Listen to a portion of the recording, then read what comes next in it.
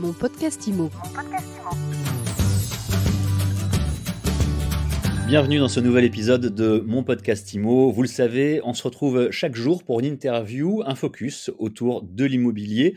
C'est 7 jours sur 7, Mon podcast IMO, le seul podcast en France qui vous parle d'immobilier tous les jours sur toutes les plateformes de podcast et sur mysweetimo.com. Notre invité du jour, c'est Michel Sapranides. Bonjour Michel. Bonjour. Vous êtes chef d'entreprise en Île-de-France, dans le bâtiment, dans l'électricité plus précisément. Et vous avez publié un livre l'an passé. Vous vous présentez vous-même d'ailleurs comme un patron philanthrope. Et c'est quelque chose d'extrêmement important pour vous. Alors on va détailler tout cela parce que vous aidez vos employés. C'est assez intéressant. Mais en quelques mots déjà, pourquoi et comment on se définit comme un patron philanthrope ? Je pense qu'on se définit par conviction tout simplement, et c'est le propre de beaucoup de chefs d'entreprise dans le domaine des PME. On fait beaucoup de RSE, de responsabilité sociétale et environnementale, sans le savoir véritablement, mais les PME ont toujours été très engagées dans cet aspect. Alors on va entrer directement dans le concret avec vous.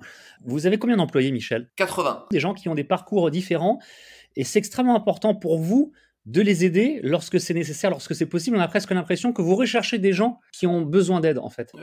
Je milite en faveur de la diversité. J'ai signé la charte de la diversité en août 2010, il y a donc 11 ans. Et il se présente tout type de candidats en entretien. On engage une dizaine de collaborateurs par an. Et par exemple, la diversité, c'est un axe sur lequel on a toujours misé. On croit à l'égalité des chances pour tous.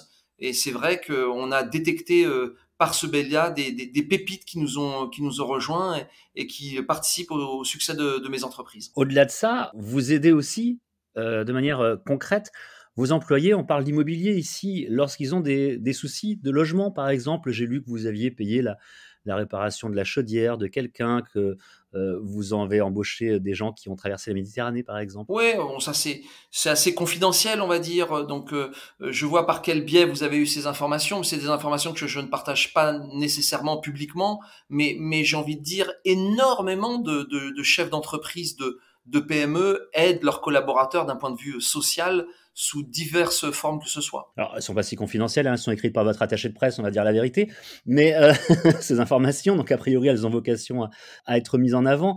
Et justement, c'était ma question suivante. Lorsque vous souhaitez clairement mettre ces informations-là en avant, Michel Sapranides, votre but, c'est de donner un exemple, peut-être que ça fasse effet boule de neige et que un petit peu plus de gens partagent, si ce n'est leur richesse, mais en tout cas, utilisent les possibilités qu'ils ont pour aider leurs employés au-delà de simplement un salaire qui est la base. Totalement, c'est une conviction. On parle aujourd'hui de performance extra-financière, on parle de RSE, j'y crois énormément. Et dans l'aspect social de la RSE, il faut tendre la main, il faut être présent, il faut être à l'écoute. Le rôle d'une entreprise, c'est pas à tout prix de faire de l'argent, c'est aussi d'avoir un impact fort sur la société. Alors justement, à propos de RSE, Michel Sapranides, je crois que vous envisagez de devenir une entreprise à mission. Alors ça, c'est pas encore très connu.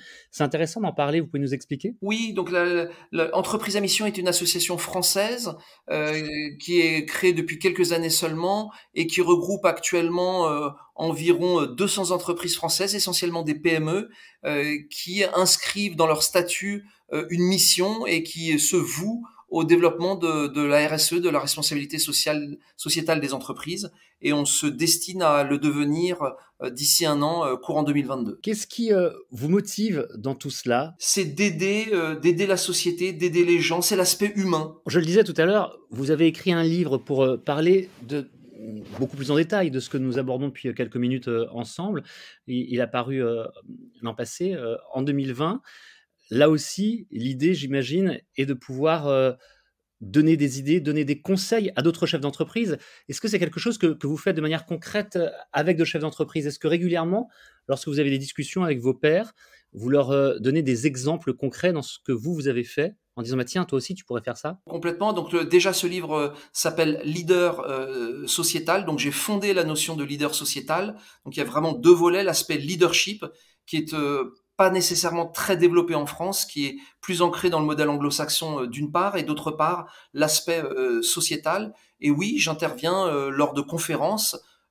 J'aurai prochainement une conférence importante pour la Fédération française du bâtiment, où j'interviens devant 350 personnes. Et puis également, je fais partie une belle association française qui s'appelle l'APIA, APIA, qui est l'association française des administrateurs indépendants de PME. Donc je suis administrateur indépendant et avec mes collègues de l'association, nous sommes engagés par des chefs d'entreprise de PME et nous les aidons à se développer et également dans le domaine de la RSE. Alors, ce livre, Leader sociétal, le cœur des entreprises, vous l'avez signé, Michel Sapranides. On le trouve en vente partout sur Internet et puis aussi chez les libraires. Il suffit de le commander. Évidemment, c'est important d'ailleurs, vous parlez d'engagement social et sociétal, c'est important de soutenir d'ailleurs les libraires qui peuvent commander votre livre s'ils ne l'ont pas déjà en rayon. C'est effectivement très intéressant. Sur près de 200 pages, vous décrivez ce que vous avez fait, ce que l'on peut faire et comment on peut le faire. Merci d'avoir répondu à nos questions aujourd'hui sur mon podcast IMO. Merci beaucoup, merci à vous Fred. Mon podcast IMO, c'est tous les jours, c'est sur toutes les plateformes de podcast et sur mysweetimo.com. On se retrouve donc demain avec un nouvel invité et avec une nouvelle interview. Mon podcast IMO. Mon podcast IMO.